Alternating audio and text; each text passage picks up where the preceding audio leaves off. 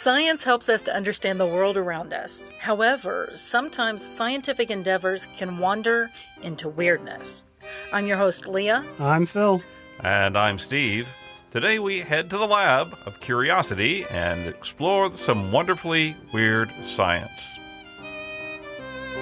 If you have an appetite for the strange and bizarre, then pull up a chair and grab a spoon for another intriguing serving of Remnant Stew. Remnant Stew is gluten-free, organic, made from all natural, free-range ingredients, and guaranteed to provide the recommended daily serving of curiosity.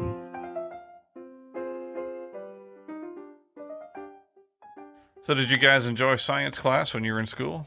Oh yeah, I really did. That was one of my favorite classes. It is one. There's one of my favorites. What do you remember about it? Oh, let's just say all the experiments in the labs where you try to, vaporize something or Yeah. blow stuff up. Oh yeah, with a Bunsen burner and a test tube. Yeah. Test tubes, magnesium. Oh yeah, magnesium that burns really bright. Absolutely. Yeah. I did get hydrochloric acid in my eye one time and got to you try got to go to out the wash station? Experiment the wash station. Wow. It was high school, so there was tons of mascara, Oh, yeah. Flock It of was- seagulls, here we come. It was guys. not a good day for me, just saying. So But my science teacher, that was one of the things you had to do as learning all of the ins and outs of proper Right. stuff is you Absolutely. actually had to use Right. the eye washing Oh. station Eye wash station, yeah. as a prerequisite in the course. So- did you have to use the shower as well? Because No. the lab shower. No, we did not. He's like, no, I'm not getting you guys in that one, but you have to wash your eyeballs. Yeah. We're like, okay. Well, that's good to know. I had some really terrific science teachers back in my old hometown of Kerrville, Texas. I remember when I was in the 8th grade. It was 1972, and they were building Interstate 10 right through the hills near our town. Our earth science teacher, Mr. Arns, got permission from the highway department to take us out to explore some of the road cuts that they had made through the hills, That's fascinating. That's a really cool teacher to do it was, and it was good timing because after the road had been opened, they probably wouldn't have allowed it anymore. But it was before they actually opened it, and so in the hill country, the roads rather than go up the hill and down the next, they cut through. Right. I remember hearing dynamite going off a lot when I was a kid because as they were blasting through the hills. All right. But it was really pretty cool because we found all kinds of fossils, tons of fossils of seashells and clams, which they call Texas hearts, and all kind of remnants of ocean life forms from eons ago. Pretty interesting to us because we were like 300 miles from the nearest ocean, Right. where I was growing up. I think about that every time I drive through those hills. I also remember a high school biology teacher who was appropriately named Mr. Bone. In fact, I had his wife, Mrs. Bone, for English. I had her 3rd period, and then I had Mr. Bone 4th period, sophomore year. One of my favorite science teachers was for my freshman year in high school. He was an older gentleman named Mr. McKnight, but we all loved him, and we all called him Pop. Pop McKnight. He taught physical science. And I thought so much of him that I decided when I had grandchildren that I wanted them to call me Pop. Oh, now let's see. Okay, my favorite, I got to shout out to my favorite, I was going to say history teacher, science teacher, Mr. Newberg. Oh, I know him. I know Yes, Mr. Newberg. Dub yeah. Newberg. Dub Newberg, yeah. And I took him I had chemistry, and then I had physics, and I had his wife for 2 years in math. Right. It was one of, Mrs. Newberg. small schools, Texas schools where, Right. it's a whole family. There were several married Husband and couples wife, That that taught in there. Yep. So, Yeah, I remember Mr. Newberg as well. yeah. Well, as a history teacher, I often had opportunities to collaborate with some of the very talented science teachers that I worked with. It was always fun to watch them masterfully reveal the wonders of our world to their students. I'm grateful for the talents of extraordinary science teachers, but so much for this nice stuff. We know what our listeners really like. Let's bring it to the real stuff. Bring on the weird science, we hear you clamor. Well, wait no more, Leah. Okay, here we go. It's going to get weird. Round one. The following information comes from an entertaining article in Wired.com and also from the University of Kentucky Entomology Department. Go Wildcats. Back in 333 BC, Alexander the Great was tromping through the land when he happened upon the city of Gordian. Oh, Gordian, okay. Locals told him of the Gordian knot, which was a massive knot in need of untying. Legend has it that the person who untied this knot would rule all of Asia. Try as he might, Alexander could not untie the knot, so in a fit of anger, he drew his sword and sliced right through the knot. I'll take care of that. Yeah, cutting it into short pieces. Well, technically, he undid the knot. He undid it, but he didn't untie it. Yeah. Rather than rule all of Asia, he accepted the consolation prize of just ruling the eastern end of the Mediterranean. Good. So his act of slicing through the Gordian knot has come to symbolize solving a difficult problem by over-the-top means. Okay. And it's also lent its name to one of the most bizarre creatures of the insect kingdom, the Gordian worm. The Gordian worm. Okay. The Gordian worm, it's also called the horsehair worm because it's long and really skinny and it looks similar to horsehairs. Mm-hmm. They begin their existence as larvae at the bottom of rivers, streams, ponds, and livestock water troughs, or just about any standing water. Whatsoever.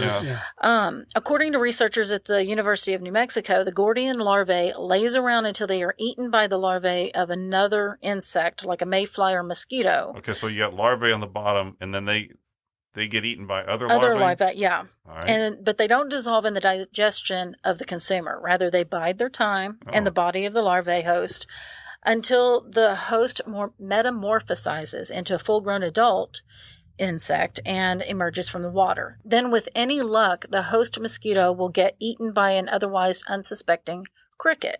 Oh, okay. So we got started as larvae, eaten by other larvae, that turns into a mosquito, which now is eaten by a cricket. Yeah, okay. So it's a weird but the life cycle. Still of in this. there. But it's still He's there. still hanging on, folks. Still in there. And this So are is when the Gordian worm snaps into action. Oh, okay. It's like once a he's springboard. in the cricket, okay. This is its time to shine. I'm in the cricket. Let's Once do it. inside the host cricket, the Gordian worm transforms from larvae into its skinny jeans, worm-like state, growing as much as a foot long. Then it begins boring holes inside the gut of the cricket. To get out? No. Oh. No. The worms don't even have mouths. They just absorb their nutrients from the cricket's body right through their wormy skin. Soon they will weigh as much as the crickets themselves. They tangle themselves in nightmarish knots like the Gordian knot as they freeload off the cricket host. But that's not weird enough, right? It's not frightening not enough? That's- There's more? Next, they produce large amounts of neurotransmitters that allow it to control the cricket's brain. Ew. So it's like a cricket zombie. In effect, the worm has turned the cricket into its own mode of transportation and can control the cricket's movements. Look, Wow. I've got control. The first thing it does is shut off all that chirping. Oh, That's enough annoying. of the noise already. Thank Sick of you. the noise. So if you Okay, haven't... I like the Gordian one right now. Oh, 'cause, no, you know, listen, I like the crickets. Anyway, but if you happen to come across a cricket that's not chirping, it might be under the control of a Gordian worm. Then, for the grand finale, the worm turns the cricket into a dive bomber. Nice. Generally, crickets avoid large areas of water. They're not good swimmers, and they're also a fish delicacy. Yeah. Okay. They're used as live bait. Right. Again, Yeah, crickets for vapor. even the Gordian worm knows this.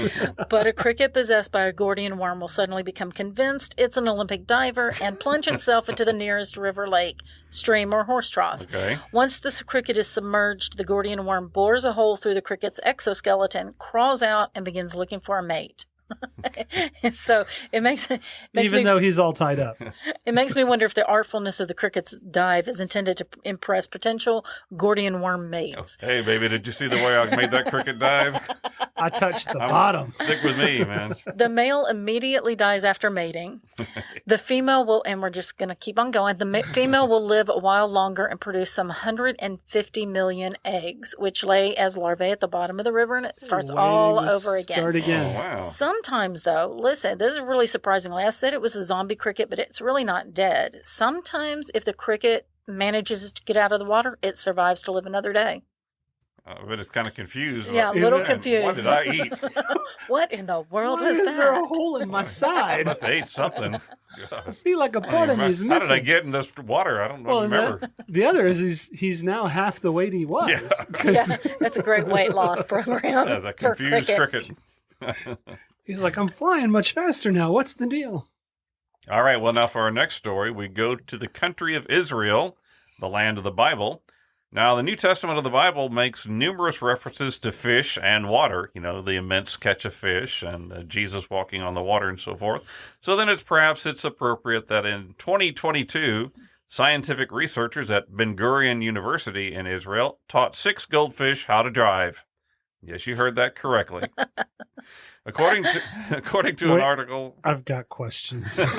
So many questions. According to an article in ScienceDirect.com, the researchers constructed 6 fish tanks with motorized wheels that were designed to move forward and make left and right turns based on the movements of the goldfish that was swimming in its tank. The fish-operated vehicles, or FOVs as they came to be called, were equipped with a camera that recorded the fish's movements. The computer transferred this information to the motor and steering device of the FOV and directed it to move in a corresponding way. So however the fish moved, the little vehicle moved as well that it was riding in. The fish driving arena was a 10-foot by 13-foot room with white walls, and a pink target was placed on the floor at a random location within the room. When the fish drove his tank over the pink target, a food pellet was dropped into its tank. The scientists were amazed. Well, I bet all the other, but they were pretty amazed with themselves. The scientists were amazed to find that all 6 fish were able to quickly learn to navigate to the pink target. So they began putting obstacles in their way. But amazingly enough, the fish managed to navigate their tanks around the obstacles, even avoiding dead ends, and finding their way to the target. The scientists recorded in their journal that they utilized 3 male fish, 1 female fish, and 2 that were undetermined. Evidently, these last 2 were noted as, quote, touching up their mascara in the rearview mirror, but would not stop to ask for directions. That's bad. I just made that up. That is so bad. That was fishy. So why did the researchers conduct this experiment? Well, it was basically a study of how animals navigate, especially how they might be able to navigate in a completely foreign environment. Quoting directly from their summary, these results demonstrate how a fish was able to transfer its space representation and navigation skills to a wholly different terrestrial environment, thus supporting the hypothesis that the former possesses a universal quality that is species independent. I'm sure glad somebody has cleared that burning question up. Oh my God! So the scientists have a certain voice, and this is making me think of SpongeBob. Like just a SpongeBob cartoon. But can you imagine they could put fish like on the moon and have them navigate, Yeah. Hey, you put the pink dot on the entry and they would hit it every single time. Right. I mean, why let a human try to navigate that? I'm glad that compelling question has been finally cleared up. So on to the next one, Leah. On to the next one. Can fish drive? That's one. Can fish drive out of water? Out of what? No, I think they have to. I think they have to stay in the water. They still have to withstand the water, but they were able to navigate outside and it's off, really fascinating. out of the ocean or out of outside and really know it. I think maybe a fish-operated drone could be next. Yeah. How clear was their tank? Got to be really clear. I bet if they put an octopus in there, that octopus would just. We got octopus stories. Yeah, we do have octopus stories. There would be no fish. We got octopus stories coming up in a minute. And suddenly it's a wreck fest. Okay, all right, moving on. Fans of the original Star Trek TV show will no doubt recall the somewhat friendly rivalry between Dr. McCoy and Mr. Spock. One of McCoy's go-to phrases, other than, Jim, I'm a doctor, not a plumber, was to poke fun at Mr. Spock's green Vulcan blood. But did you know that there's a rare condition that can cause humans to display green blood? Ooh. It's a virus.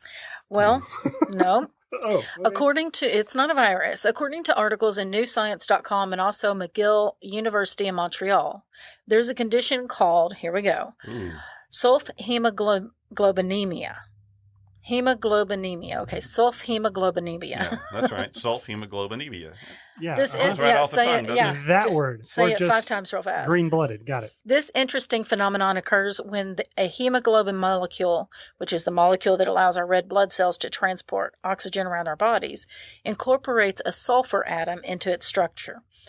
Evidently, hemoglobin contains an element of iron, which binds it with oxygen. Right. Oxygen is what gives our our blood its red color. I see. Okay. However, in sulfhemoglobinemia, Yeah.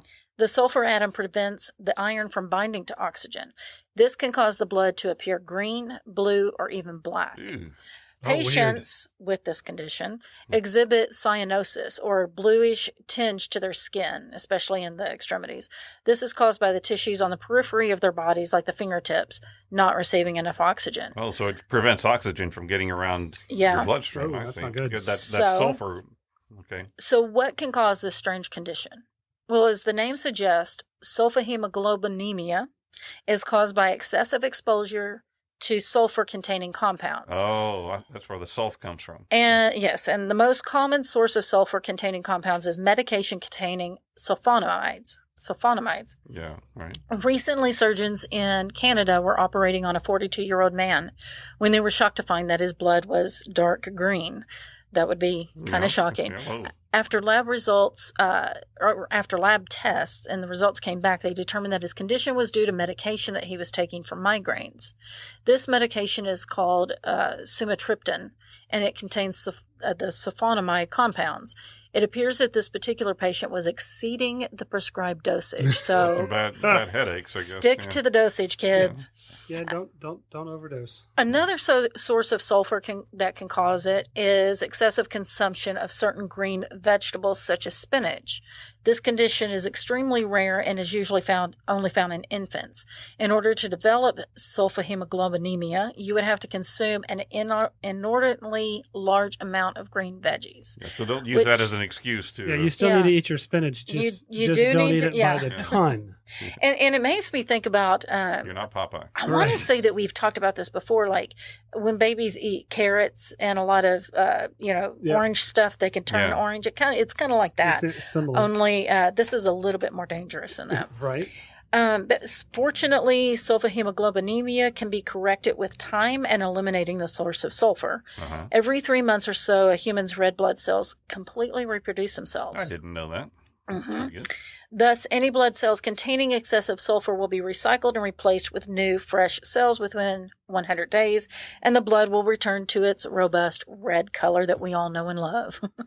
Info from newscientist.com and an article by Ada McVean for mcgill.ca.oss. Nice. Okay, nice. Well, speaking of off-colored blood, let's talk about one of our Favorite animals. animals is We'll the just say octopus. it's off-colored. Octopus, by the way, have blue blood. Mm-hmm. Although that didn't really have anything to do with this particular story, other than that it does involve octopuses. Anyone who knows about Remnant Stew knows that we love octopuses. In fact, one of our earliest episodes, Season 1, Episode 5, was entirely dedicated to octopus. Such to a the fun octopus. episode, Yeah. people. You got to go listen to it again. Right. I remember one story in which an octopus crawled out of its tank, made its way down a hallway, and threw a sour shrimp at the desk of one of its handlers. That was great. Yes. Our octopus mascot, of course, is Sir Kraken. He has traveled the world to advance the cause of being kind and staying curious. Well, according to CosmoMagazine.com, Sir Kraken may need to pay a visit to Australia, where a photographer recently captured on video a group of octopuses throwing stuff at each other in an apparent angry rage. Underwater footage from Jervis Bay in New South Wales show what are known as gloomy octopuses.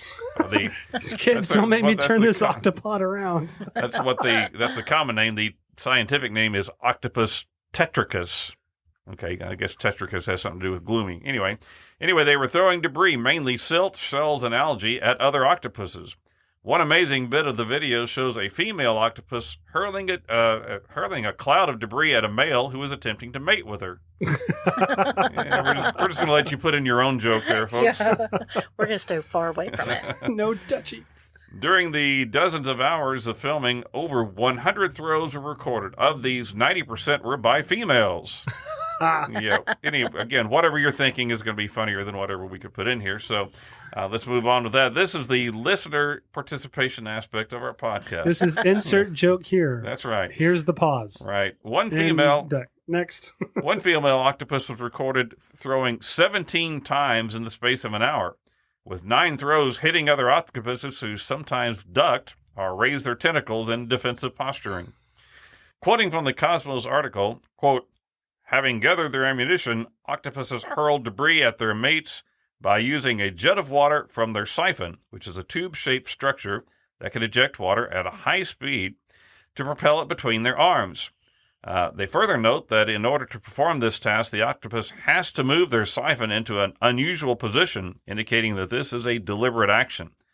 If you've ever tried to throw anything underwater, you know it can be difficult, but these octopuses were recorded throwing material several body lengths away from themselves, which is quite impressive. That's impressive.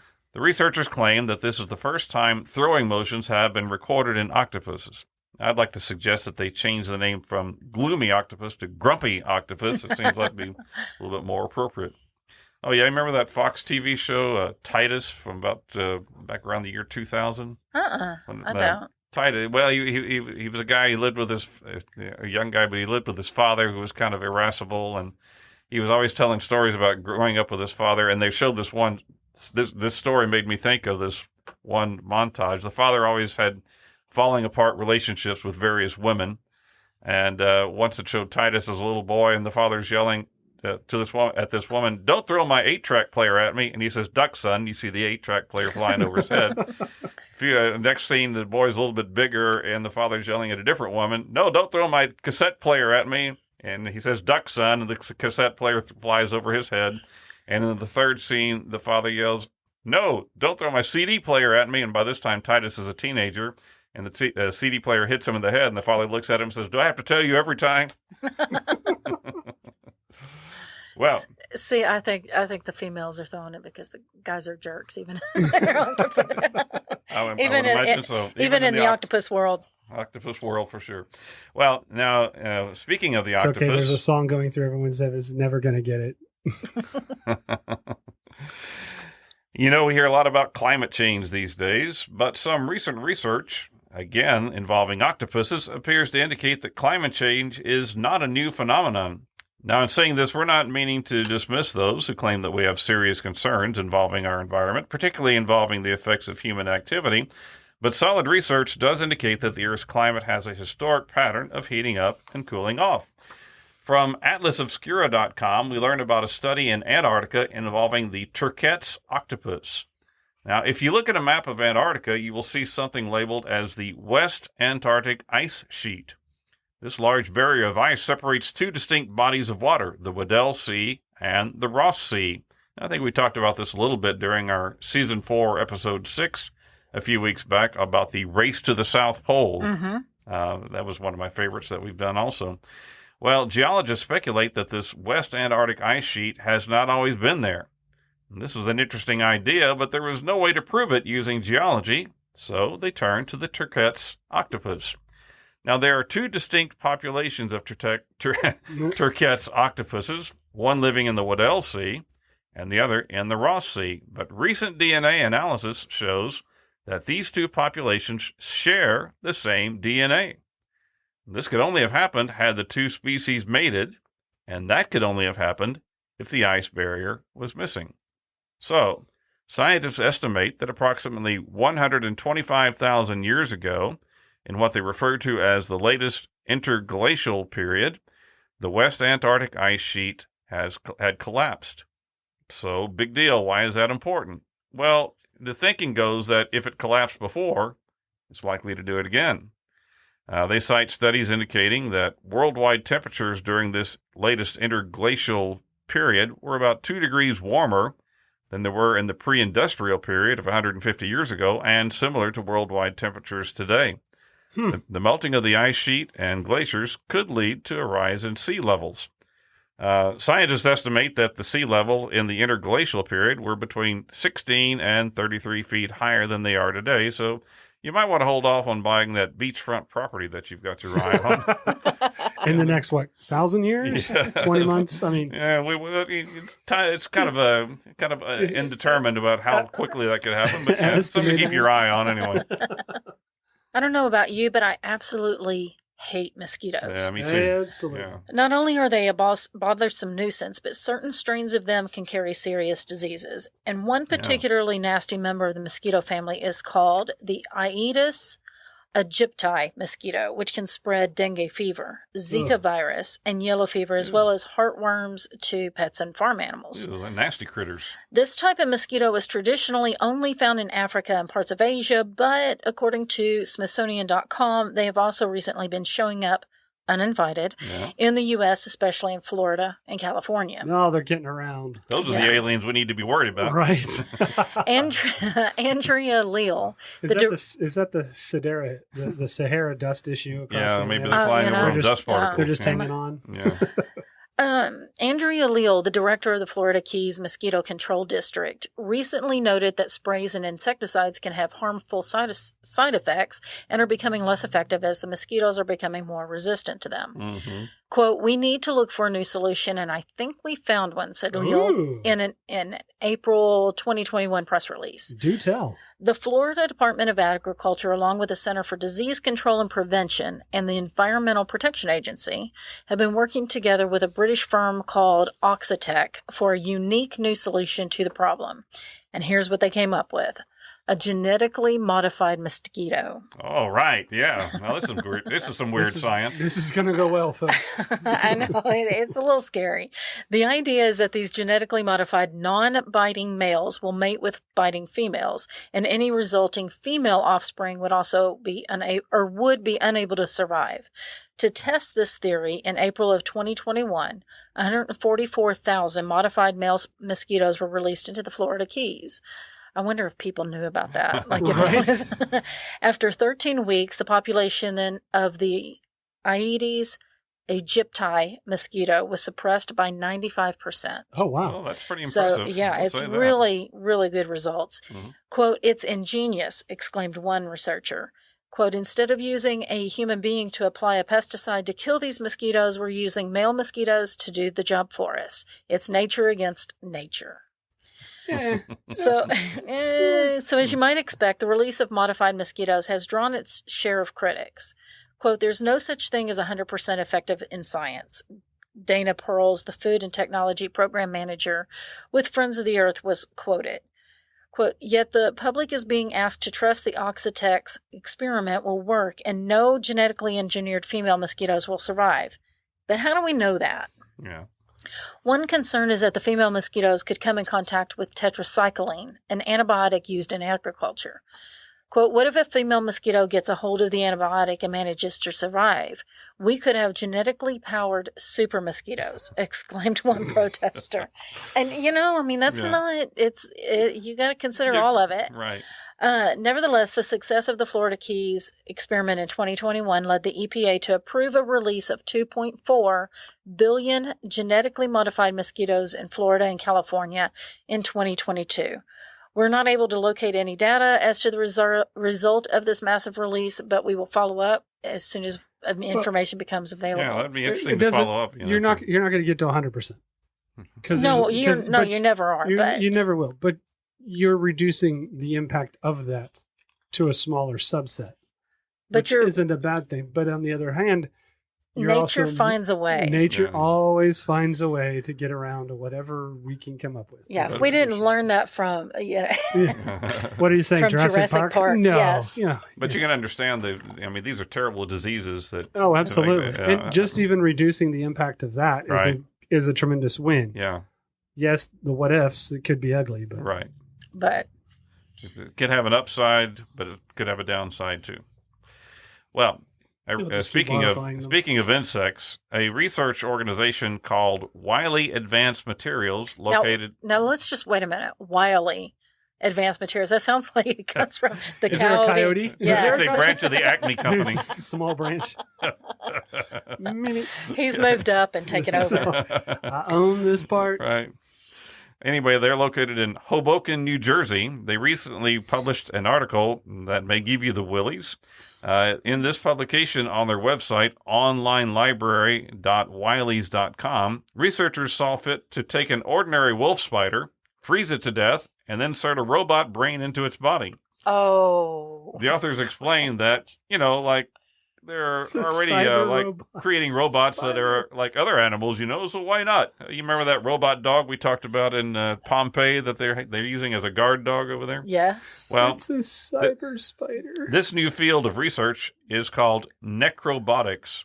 Are using previously owned biological material. Previously owned. Nice way of saying dead things as activators for robot action. Okay, this doesn't mean you can dig up grandma and reanimate her body with a robot, but it does appear to work with spiders. Now, the reason is that unlike mammals who use a series of muscles to move and extend their limbs, spiders use a sort of hydraulic fluid. That's right. The organ which regulates this fluid is called the prosoma chamber. The scientists discovered that the prosoma chamber remains present and intact for several weeks after the spider has expired. To reanimate the ex-spider, the team sealed a sensor into its prosoma using a needle and some super glue. And some duct tape, probably so. The procedure allowed them to inject air into a spider's legs, increasing the air pressure, which stretches the legs out, while reducing it makes them contract inwardly. Now, using these motions, the spider's body has now become a utilitarian gripper. The scientists claim that the gripper can pick up items heavier than its own weight. The entire process, from inserting the needle to the setting of the glue to creating a fully operational gripper, can be performed in about 10 minutes. Well, that's pretty quick. So they went with the term gripper rather than zombie spider. Zombie spider. Well, they want to use it to remotely control, grab things, pick them up, and move them around. So what could be the practical use of a dead spider turned into a gripper? Well, researchers claim that they have utilized the gripper to construct an electronic motherboard. Oh. The spider gripper has proven to be very dexterous and maneuverable. The authors of the study believe that the potential use could include tech and medical fields. And again, this info comes from onlinelibrary.wiley.com. So you could, in the future, have surgery. That's operated by a zombie spider. Zombie spider's body. Oh, wow. I had my appendix removed by zombie spider. Just let that sit, folks. You're just stewing on this one. So am I. This is how AI kills us all. Maybe 50 years from now, somebody is going to dig up this recording from the golden age of podcasting that we're coming to you from in Creator cut and shoot. And it'll be such a common, ordinary thing to have spider robots in those days, but they'll marvel at our awe. They're driving them around. Yeah, you drop something behind the washer, just use your Hey, Gripper, go get that. There you go. That's not a terrible idea. And now for something completely off topic and off kilter. Brace yourself for the oddity du jour. All right, for our oddity du jour today, we did this last year, and it was so much fun, we wanted to come back and revisit it again. As 2022 was the year that saw air travelers return to the sky in large numbers, it's not surprising that some of them tried to sneak prohibited items onto the plane. Even more so than usual? Yeah, even more so. Like we said, we did this last year and for 2021, but got even bigger and greater items that people tried to sneak on 2022. So here now are the top 10 bizarre items confiscated by the Transport Security Administration, or TSA, in 2022. Dun, dun, dun. Number 10, at El Paso International Airport in El Paso, Texas, someone tried to sneak, quote, soiled banknotes that were concealed in a pair of crutches. Oh, now, okay. The article didn't actually elaborate on what, quote, soiled banknotes were, but it did say that they gave off a pungent odor. Soiled banknotes. Yeah, wow. Talk about money laundering. Yeah, something like that. They needed it. Number 9. That's the delivery system. Number 9. A passenger in Milwaukee attempted to board a plane with a grenade. Oh, Fortunately, it was not a live grenade, but still, you should expect more from these cheeseheads, right? Don't go out with a bang, folks. Right. Come on.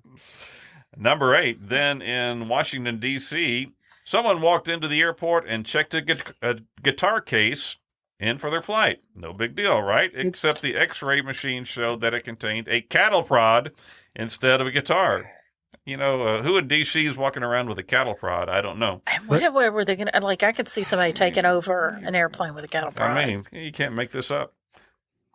Number 7, down south in Atlanta's Hartsfield International Airport, a passenger checked in with a PlayStation console inside their bag. Okay. What's wrong with that? Nothing. Well, the electronics had been removed and a pistol was inserted inside the casing. No, really, it's for duck hunt, said the passenger. Wrong console. Game over, replied the TSA agent. Then number 6, up in Idaho, at the Boise airport, a woman attempted to conceal a considerable amount of illegal drugs in her hair scrunchie. Okay, at least it was in her hair scrunchie. Number 5. Considerable amount? It didn't say what a considerable... I don't know how much you could hide in a hair scrunchie, but it must have been quite a bit. It depends on the scrunchie, I guess? Well, it depends on the drug. Like, a little bit goes a long way with, like, fentanyl. Yeah. Anyway. And number 5, similar to the PlayStation incident, a traveler at Richmond, Virginia airport had hidden a collection of knives in a hollowed-out laptop computer. They'll never find it. It's probably rattled around in there, don't you think? And, you know, do they not realize that's going through an x-ray machine? Yeah, I don't know. So they're not sharp. Thank you, Phil. Not the sharpest knife in the drawer, right? Or sharpest knife in the laptop in this case. Number 4, up in the state of New York, a traveler with his arm in a sling attempted to sneak a loaded pistol through security. The pistol was inside his sling. Slingshot? Alert TSA agents at the Rochester International Airport pulled the gentleman aside and took the weapon from him. The gentleman replied, quote, "I forgot that was there." Uh-huh. Now, I have had a bottle of water that I forgot was in my bag one time that I got pulled aside. I actually had a knife in my purse that I forgot about. You know what? Like, I carried it around forever. Anyway, ended up having to throw it away before I got on the flight. I've lost a few tools. Yeah, this was a multi-tool that had a knife Army on it. knife, Yeah. that kind of stuff. Okay, number 3, sticking with the guns in New York theme. A sneaky traveler at Kennedy Airport in New York City had taken a pistol apart, sealed the pieces in plastic, and placed them into 2 jars of Jif peanut butter. Okay. The TSA caught him, of course, and they didn't specify whether it was creamy or crunchy. Yeah, well, it was crunchy by the time he got the pistol parts in there. Now, down in Fort Lauderdale, Florida, a passenger had an entire raw chicken in their bag. Oh, okay. Worse yet, there was a pistol inside the chicken's carcass. That's stuffing, shooting folks. the bird. My question is, how many drugs do you have to consume before this sounds like a plausible idea? It was from the scrunchie. Didn't it? Okay, and the number 1 strangest thing confiscated by the TSA in 2022.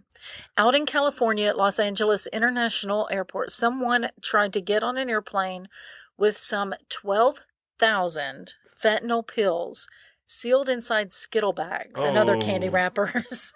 Don't let those get out in the public. Gosh. Wow. Taste the rainbow. This information... No, be the rainbow. This information came from loveexploring.com. All right. Wow. And we're back. Yay. Dun, dun, dun. If you have ever spent any time around cows, you likely have noticed their rather casual habits concerning personal hygiene. Watch your step when you cross that patcher, because to a cow, all the world is a bathroom. Of course, cow manure can be terrific fertilizer, but the process of collecting the smelly stuff is inconvenient at best and be quite problematic. What to do? Well, worry no more, because according to ScienceNews.org, researchers in Germany have trained cows how to relieve themselves in a small fenced-in area covered by artificial turf. That's correct. The cows have been potty trained. Okay, that's interesting. Maybe not quite potty trained, but trained to use a designated area for relieving themselves, similar to a cat litter box or puppy pads. Okay. The motivation... It's a cow patty. Yeah, all right. Oh, there's a new marketing tool. I think we can get that out quickly. It'll sell. The motivation behind this project was to study how farmers might capture and treat cow urine, which often pollutes air, soil, and water. The average cow can pee 10 liters a day, and there are some 1 billion cattle worldwide. Jeez. In barns, cow pee usually mixes with poop on the floor to create a muck that emits the air pollutant ammonia. Out in pastures, cow pee can leach into nearby waterways and release the potent greenhouse gas nitrous oxide. However, components of cow urine, including nitrogen and phosphorus, can be converted into fertilizer as well. So capturing cow urine can have a double benefit. Keeps it out of the water systems and can be used as fertilizers. Now you may be wondering, quote, just how would you go about potty training a cow anyway? Well, time and effort. Exactly right. According to Lindsay Matthews, a self-described cow psychologist, Cow give away degrees in that. Anyway, she studies animal behavior at the University of Auckland in New Zealand. You have to start young. Quote, calves are basically just hanging out, socializing, grazing, and resting, so they have time to be trained, explained Matthews. Each calf got 45 minutes of what the team called moo-loo training each day. Okay. At first, the researchers enclosed the calves into a makeshift bathroom stall and fed the animals a treat every time they peed. Once the calves made the connection between using the bathroom stall and receiving a treat, the team positioned the calves in an alleyway leading to the stall. Whenever the animals visited the little cow's room, they got a treat. But if they peed in the alleyway, they got sprayed with water. Matthews claimed that 70% of the calves were trained within 10 days. Quote, the rest of them probably could have been trained, but we ran out of time. At my school, they probably would have referred them to bovine remediation, those ones that didn't quite learn it that quickly. But Matthews claims that cattle are smarter than we give them credit for. Actually, it's kind of surprising to me that it took 10 days. I would think that they'd learn it faster than that. But well, speaking of cattle, climate researchers have claimed that they are a significant source of methane gas. The cattle, not the researchers themselves, although some may doubt that. It evidently has to do with a cow's complex digestive system, which contains 4 separate stomachs. While processing the vast quantities of grass and grain that they eat, their systems emit methane gas. This is considered a greenhouse gas, which many scientists claim contribute to climate change. As a result, some climate activists have attempted to encourage people to give up eating beef, to which people throughout the world responded, sorry, Earth, but no. Find another solution, but stay away from my beef. That's right. Well, perhaps another solution has been found. A website called mostpolicyinitiative.org has recently reported that introducing seaweed into a cow's diet can greatly reduce the amount of methane gas produced during the cattle digestion. In fact, recent studies have shown that incorporating just 1% of seaweed into a cow's diet reduces methane production 67% in dairy cows and 98% in beef cattle. Wow, that's huge. Yeah, that's pretty major. The article further states that seaweed can help in the cattle growth and production. Specifically, dairy cattle who feed on seaweed produce more milk than those who ate ordinary diets. However, they caution that some seaweed contains iodine and bromoform, which in high doses can have negative health side effects.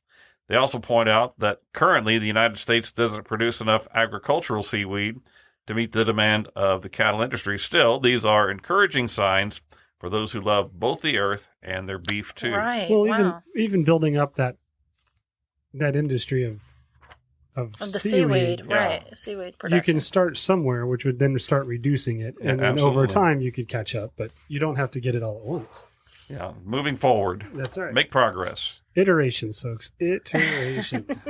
Okay, well, we mentioned this particular phenomenon in one of our earliest episodes. In fact, it was season 1, episode 3, so one of our earliest ones, but one of my favorite, All Aglow, which was about all things that were glowing. Mm-hmm. Yeah. Naturally glowing. Naturally glowing. In various parts of the world, one can find a luminescent blue algae that gathers on the shorelines of bays and islands. And it's beautiful to see. Mm-hmm. According to a recent article in livescience.com, the blue algae appears to be growing rapidly, though, in the China Sea. This specific variety of blue algae has come to be called China's blue tears. Okay. China's blue tears is actually caused by a bloom of tiny bioluminescent creatures called dinoflagellates. Though the bloom is pretty to look at and even attracts tourists, it's also toxic. Ew. It appears to be growing every year. Researchers have used satellite data to track the growth of the blue algae over the past 20 years.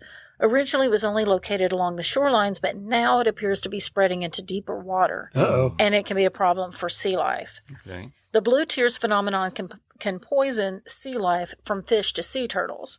The bloom can even make humans sick. The dinoflagellates aren't toxic themselves, but the problem comes when they start eating.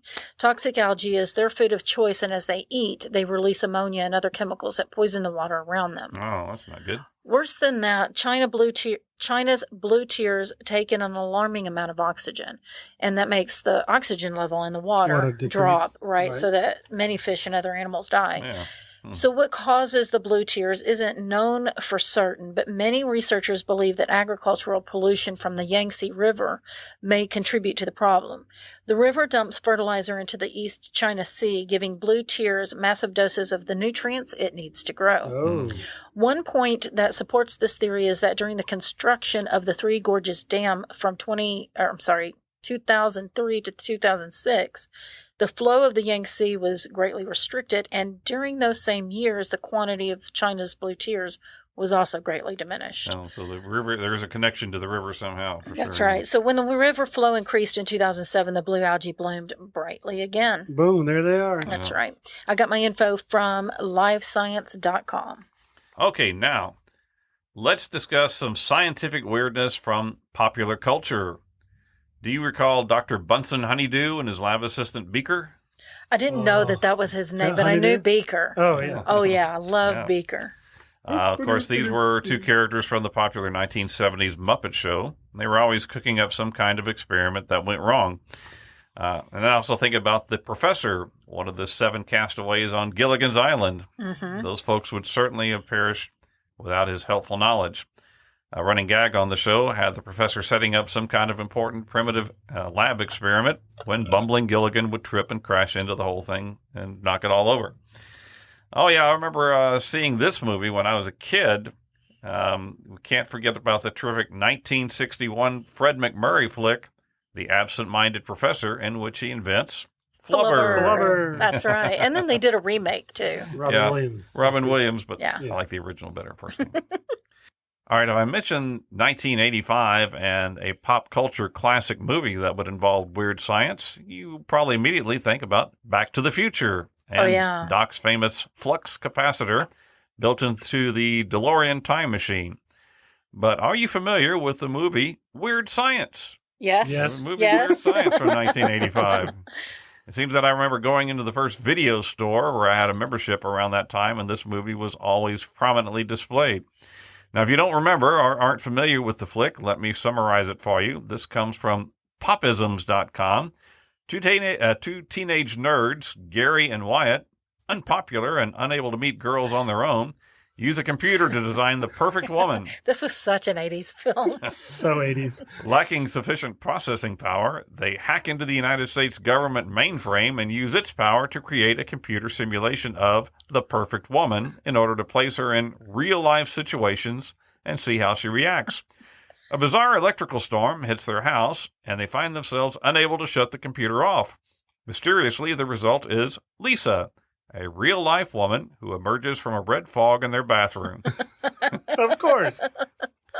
She is a hot but kind-hearted 80s babe with Einstein's IQ, David Lee Roth's attitude, and inexplicably supernatural powers. Lisa sets about helping Gary and Wyatt discover their inner coolness. She takes them to a blues club and then organizes a giant 80s-style party at Wyatt's house. No, they don't get to hook up with Lisa, but she helps them gain confidence, and by the end of the movie, they are striking up solid relations with real girls their own age.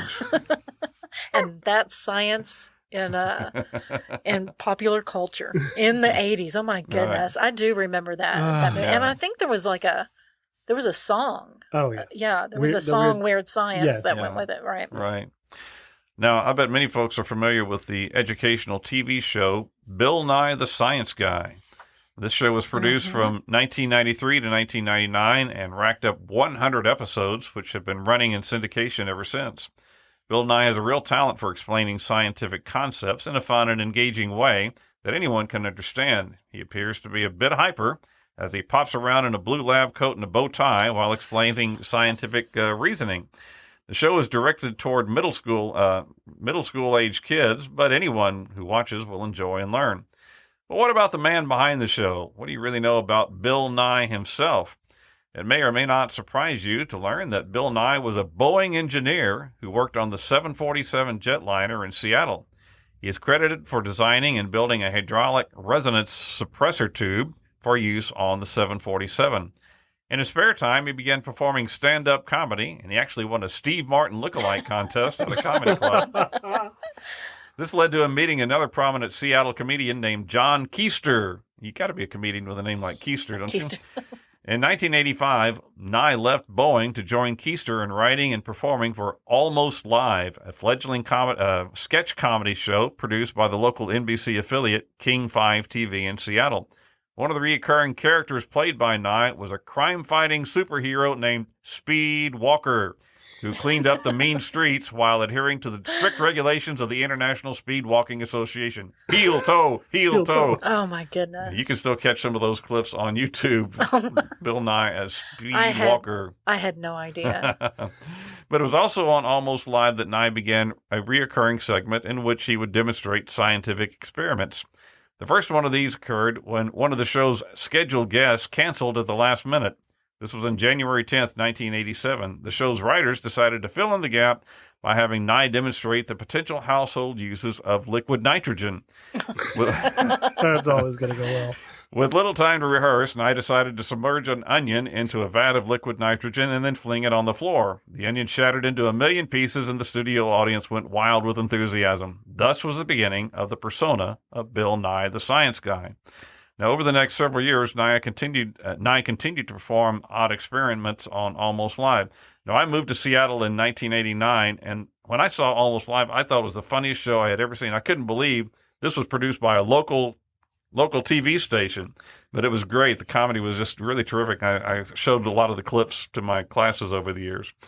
I remember watching Nye spray a barrel with liquid nitrogen. He'd heated up this barrel with a flame, then he sprayed it with liquid nitrogen, and then he tapped it with a hammer. It was supposed to collapse, except it didn't work. He kept trying it over and over again, and the more he tried it, the funnier it got. And it soon became clear that Nye himself was the entertainment rather than the experiments. He began to develop the idea of a full show of just fun scientific entertainment. He described it as Mr. Wizard meets Pee-wee's Playhouse. Yes. The major networks turned him down, but the local PBS station decided to give him a try and help Nye shoot a pilot episode. This was aired on PBS stations around the country, and it led to Nye receiving grants from the National Science Foundation and the United States Department of Energy. Nye has continued to promote science education since the end of the show's run. So a little pop culture, weird science there. There you go.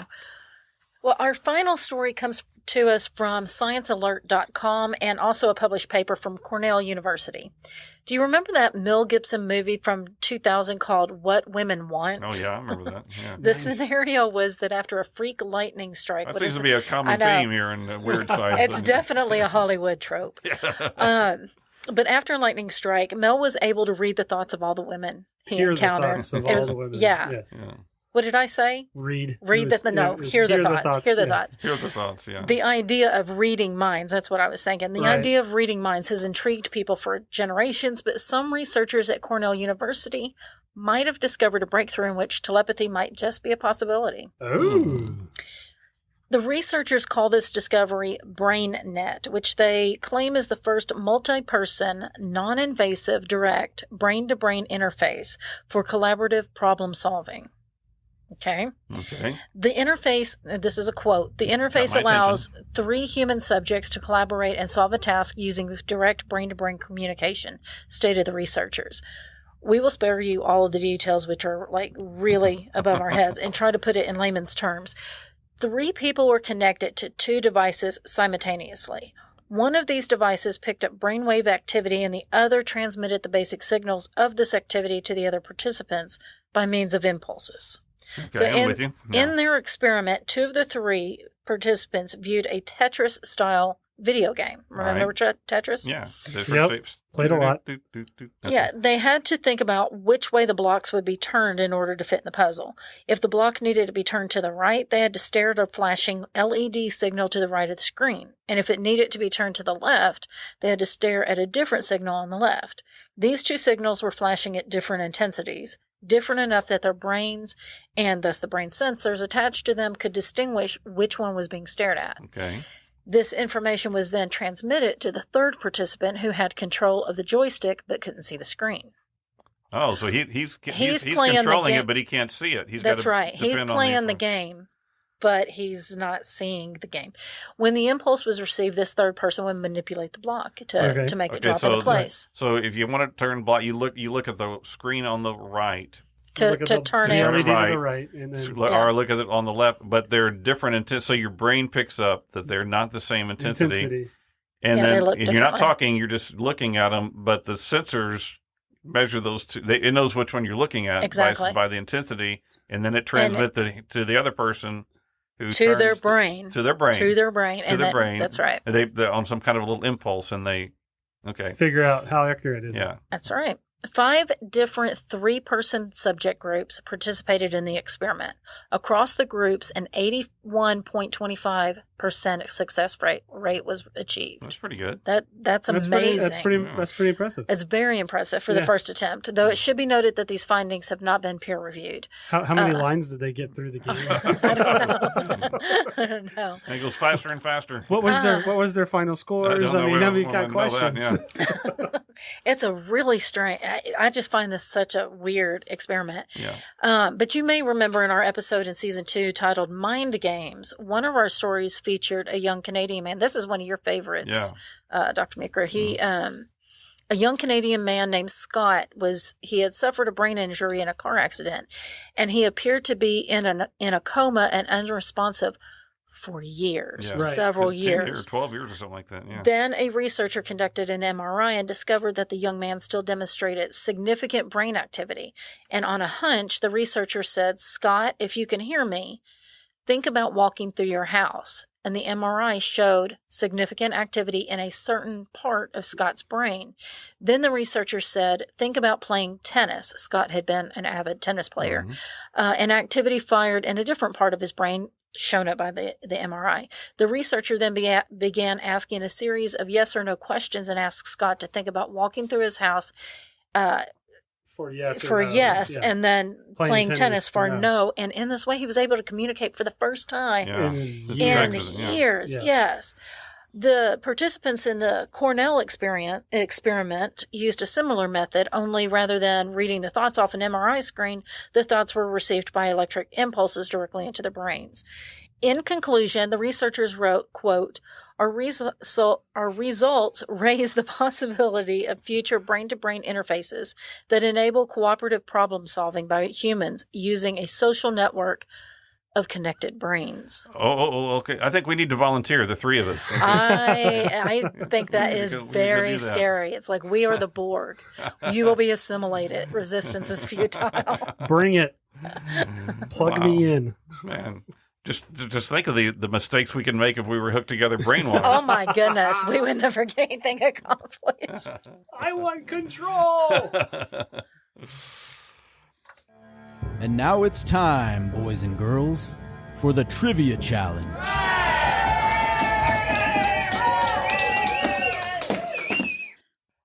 All right, it's time for our Trivia Challenge. Here's how this works. Like and follow our Facebook page at Remnant Stew Podcast. Like and share this episode post. Put your answer to the Trivia Challenge question in the comments of that post.